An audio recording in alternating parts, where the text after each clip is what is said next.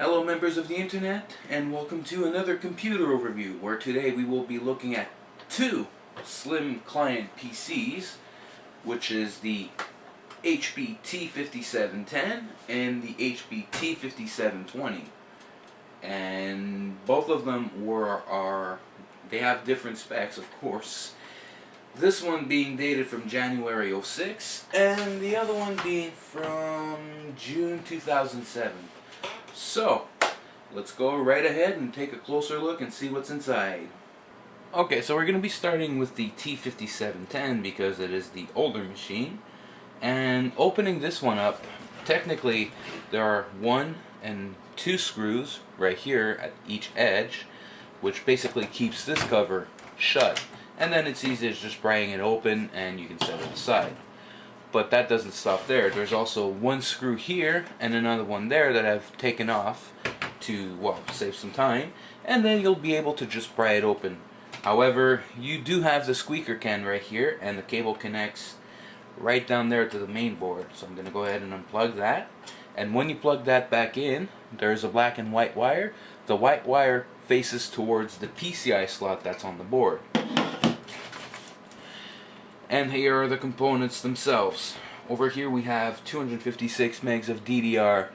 This is the 333 megahertz laptop memory.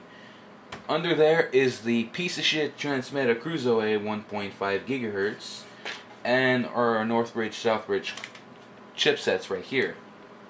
Over here we have the ATA flash, flash card, which basically holds the operating system, this one being Windows XP embedded. And this is kind of like the predecessor of the solid state drives, and it serves just the purpose of booting to the operating system and then going to access your terminal point of sale servers or remote desktops somewhere else. And this is basically what it was meant for. This is 512 megs ATA flash drive. Under we have our Cmos battery and 1 PCI slot, which is handy because, well, you can't really use it. But I guess if you want to debug or have like another video card, just try it on top or something, or I don't know, maybe you can also install XP embedded via a CD-ROM drive. You can just install an ATA controller and do so like that. At the back we have 1 serial port, 1 parallel, 1 VGA, typical, a 12-volt power in, 1 PS2 controller for the keyboard. It only seems to do only keyboard. Microphone and headphone jack. 4 USB, I believe those could be 2.0, and your onboard Ethernet, which basically without that would make this thin client PC kind of pointless. Now for the T5720. At the bottom here we have the stand that came with it, and this little screw that screws and secures the stand on its place. So you can have it mounted like such. You can also have it as a desktop with the screen on top, and you can also have the possibility to mount it behind the screen, which is kind of nice. The other one does not have any of those features. This case kind of has a bit of plastic damage, and therefore, yeah, this is the bottom basically, and if you remove this, well, we have basically nothing and no access in the inside. Technically it would be on this side. There are 2 screws, once again, and I did not remove them, so I'm going to remove them right now. Once that's all done, all you need to do is just pull it away, and it should just come right back off.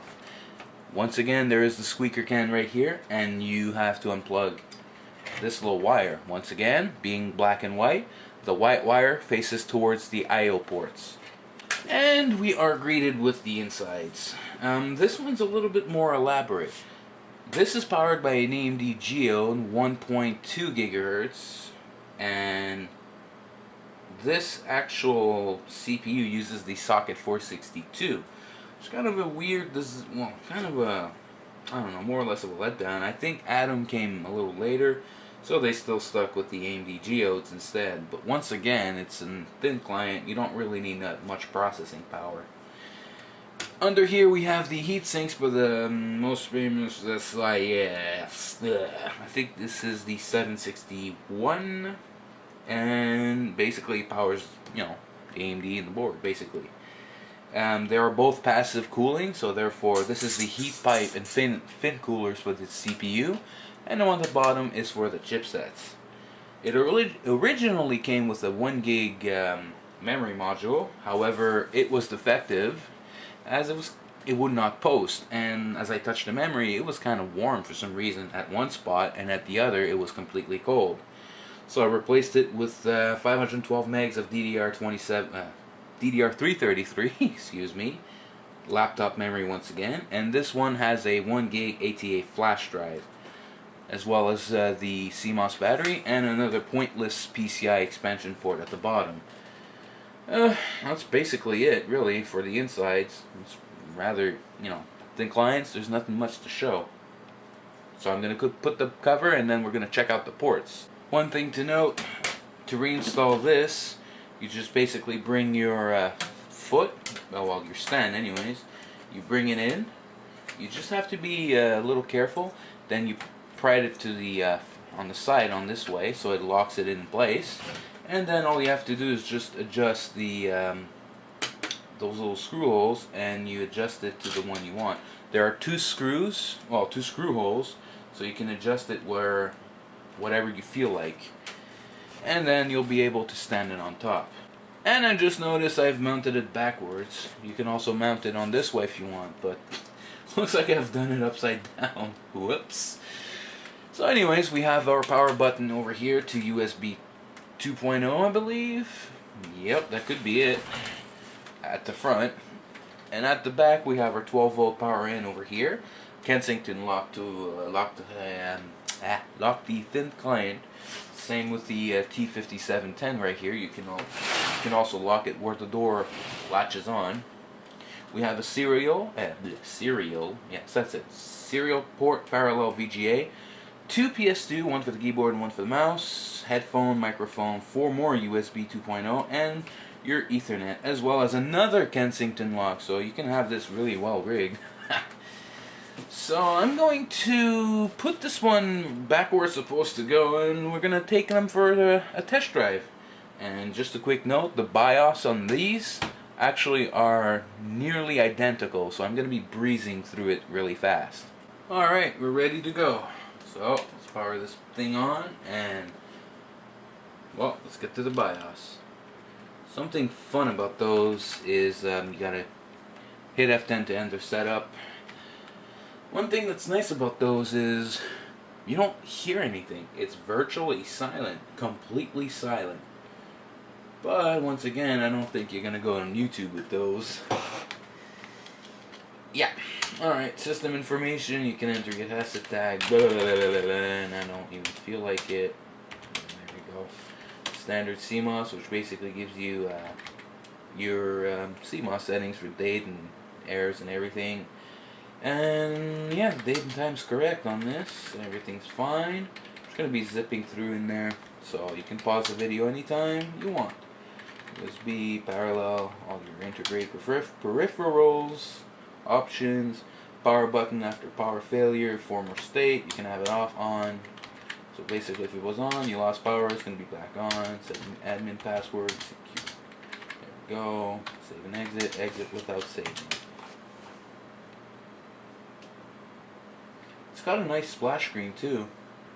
Feels very business like it.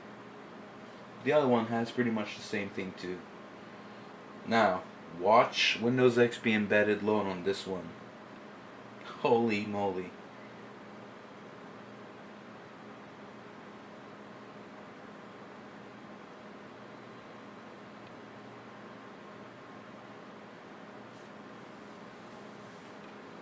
And we're done. Simple as that. And now it's gonna redetect my hardware, because this copy of XP Embedded, the problem is it keeps resetting back to its original states. I thought they would have like deep freeze, but no, it doesn't look like it. So it also uses a bit of a RAM drive as well, so you could, have like kind of your temp folder.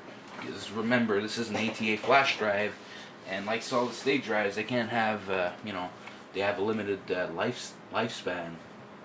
So this one comes in bundled with crappy jack or magic jack, the thin state capture, where I'm going to open it, you can use a USB flash drive to use a thin client image and restore it on this system, or any system really that's got the serial key, well, the serial anyways, on the system itself. There is no serial key for XP Embedded. It is the machine that actually takes care of that for the HPs. Programs, there's nothing really much interesting. You have a logon manager, RAM disk manager, the accessories, which basically is nothing, remote graphics viewer. There wasn't anything really interesting. But I'm going to go to the system information. And I'm going to go to the hardware. Famous SIS Mirage. It sees it as an AMD Athlon for some reason. But yet again, my compact also sees my Athlon XP as an Athlon, so the SIS audio driver, awkwardly enough, this is using a via RAN 2 Ethernet, so I don't know, I guess whatever. The qualified shit information, the updates and everything, it tells you the updates you got, and that's pretty much it. System information basically tells you what it is. We got 512 megs, it's a gigahertz. Technically, it is a 1. Yeah, that's it. It's a gigahertz. It's a 1800 plus. I think I was wrong. This actually was, in fact, 1 gigahertz. The other one being 1.2. But yet again. Alright, let's go see the free space. This is the RAM drive, which basically is around 64 megs. And it basically uses barely anything. So go ahead and go to properties. It uses 296K. And this is the hard drive space, which basically uses less than half, which is nice. So that's pretty cool. Pretty cool. And that's pretty much it. Compressed, another temp folder, and yeah, I'm all ready. I'm all set. Wow. So that's basically it. There's nothing really interesting. And I'm going to go ahead and shut it down. And I'm going to fire up the T5710 now. Alright, this is the T5710. Let's start her up and let's get into the setup. You'll notice it's pretty much the same thing. I'm also aware that some of the HP thin client, like the T5725, I believe, also uses a Debian thin client operating system, and any of those that has Windows XP embedded can also run the Debian operating system since it is open source. So it's nice to know. So system information, this one basically tells us it's the, yeah, that's it, 1.2 gigahertz, Transmeta Crusoe, a piece of crap, TM8600. This one we do have, yeah, 512 megs ATA flash drive, keeps its state pretty nice. Time's a little off. No, it's actually right on. Well, I guess I'm a little early. Once again, pause the video if you want. It's literally pretty much the same thing. PS2 keyboard and mouse. It's set for keyboard. You can have it as mouse, keyboard, or mouse. Okay, so basically it is a keyboard or mouse board. Nice. Okay. Power management, well, factory defaults, save and exit pretty much the same thing, you know. This one did not come with its stand, so even if I try to make it stand vertically, it keeps falling off, or it falls down anyways. The design of this one's a little bit more like a clamshell design rather than a nice blocky business finish than the other one has. And once again, because it's XP embedded on the flash drive, it boots pretty fast, despite its, yeah, CPU.